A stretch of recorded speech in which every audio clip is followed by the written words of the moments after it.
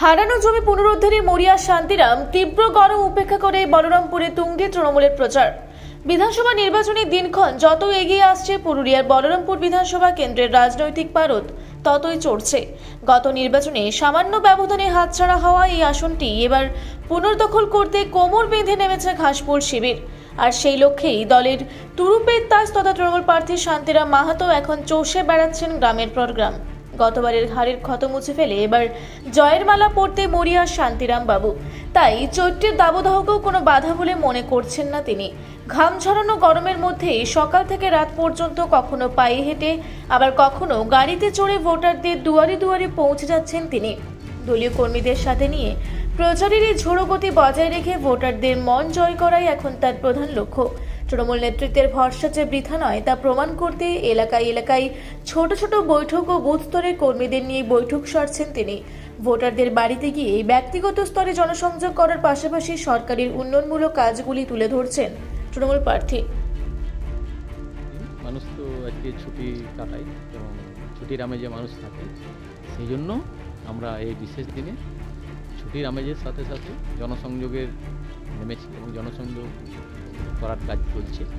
এবং যারা বুথের আমাদের বুথ লেভেলের কর্মী আছে তাদের সঙ্গে আলোচনার মধ্য দিয়ে বুথে কীভাবে ভালোভাবে ভোট হতে পারে এবং শান্তিপূর্ণভাবে ভোট হতে পারে। এবং যেহেতু আমাদের মাননীয় নেত্রী মমতা ব্যানার্জি আজ 15 বছর ধরে পশ্চিমবঙ্গের মুখ্যমন্ত্রী হিসাবে কাজ করে চলেছেন, তিনি যেভাবে জনমুখী প্রকল্পের মধ্য দিয়ে সারা গ্রাম বাংলার সাথে সাথে পুরুলিয়া জেলার বিভিন্ন গ্রামে জনমুখী প্রকল্পের কাজের মধ্য দিয়ে মানুষকে হাসি মুখে রাখার ব্যবস্থা করেছেন, আগামী দিনেও যাতে করে সেই হাসি মুখের কোনোভাবেই মলিন না হয় সেটার জন্য আমরা মানুষের কাছে সেই তথ্য তুলে ধরছি।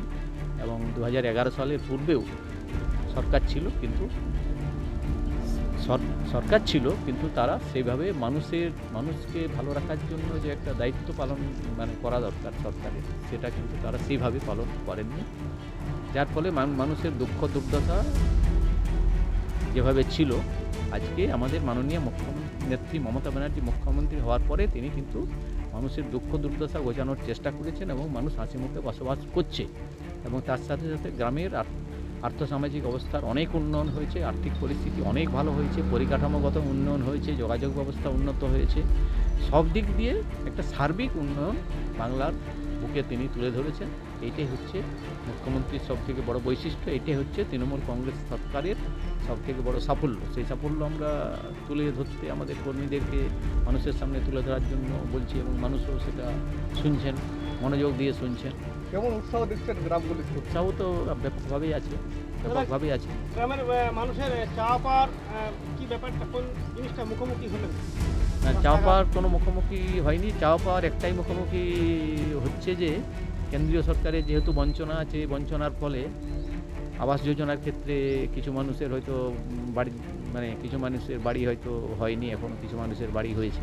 এই যে কিছু মানুষের বাড়ি হয়নি সেটা কেন্দ্রীয় সরকারের বঞ্চনার কারণে হচ্ছে না। কেন্দ্রীয় সরকারের যে শেয়ার, সেই শেয়ার তারা দিচ্ছে না, আবাস যোজনার টাকা তারা বন্ধ করে রেখেছে। যার ফলে এইটা একটা সমস্যা গ্রামাঞ্চলে এখনও আছে কিছুটা, সেইটা মানুষ তুলে ধরছে। এখানে বিধায়ক যিনি ছিলেন তিনি এবারও প্রতিদ্বন্দ্বিতা করছেন, তার ভূমিকা গত 5 বছরে কেমন কি দেখলেন? না, এখানে বিধায়ক তো তিনি প্রতিদ্বন্দ্বিতা তো করছেন না, তিনি তার দলের অন্য প্রার্থী প্রতিদ্বন্দ্বিতা করছে, তিনি প্রতিদ্বন্দ্বিতা করছেন না। কিন্তু এটা তাদের নিজের দলের ব্যাপার, ওটা তো আমাদের কোনো বলার নেই। কিন্তু তারা তো সেইভাবে বিজেপি কেন্দ্রে ক্ষমতায় আছে, কিন্তু বিজেপি কেন্দ্রে ক্ষমতায় থাকার পরে এভাবে কাজ করা দরকার ছিল, কিন্তু মানুষের জন্য সেইভাবে কাজ তারা করেন। একটু আগে আপনি কোটলুয়ে জনসংযোগ করলেন, সেখানে গ্রামবাসীরা রাস্তার দাবি করেছেন, এটা নিয়ে কি প্রতিশ্রুতি দিলেন?